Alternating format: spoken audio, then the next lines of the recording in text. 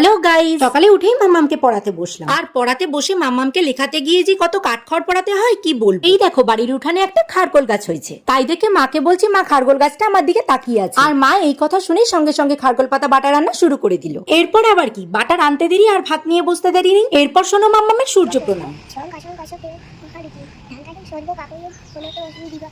আর এরপর মা বসিয়েছে চিকেন কষা। আর এখানে এসে দুদিন থাকার পর মা আর জেঠি আমার হাতে কাঁচি আর চিরুনি ধরিয়ে দেয়। সেটাও দেখে নাও কিসের জন্য। হ্যাঁ, মা আর জেঠির জন্য আমাকে আবার এখানে এসে পার্লারও খুলতে হয়। এরপর দুপুরের লাঞ্চ সেরে রেডি হয়ে বেরিয়ে পড়লাম। কোথায় এসছে হচ্ছে পুরনো বাড়ি, আন্টি আর ঠাকমার সাথে দেখা করতে। আর ঠাকমার সাথে দেখা করে ঠাকমার গালগুলো না টিপে আদর করলে আমার আবার হয় না। এরপর চলে আসলাম ঠাকমার বাপের বাড়ি, মানে ঠাকমার ভাই আমার দাদুর বাড়ি। এই বাড়িতে আবার কাকার ঘরে ছোট্ট লক্ষ্মী ঠাকুর হয়েছে। দেখো না গুড়গুড়িটা কেমন ভাবে তাকিয়ে আছে। আর আজকে ওকে প্রথম দেখতে আসাটাই মূল উদ্দেশ্য। দেখো না দাদু নাতনি দুজনেই নাচছে। ব্যাস দাদু দিদি কাকা কাকি সবার সাথে কিছুক্ষণ আনন্দ করে বাড়ি চলে আসলাম। দেখা হচ্ছে নেক্সট ভিডিওতে। টাটা।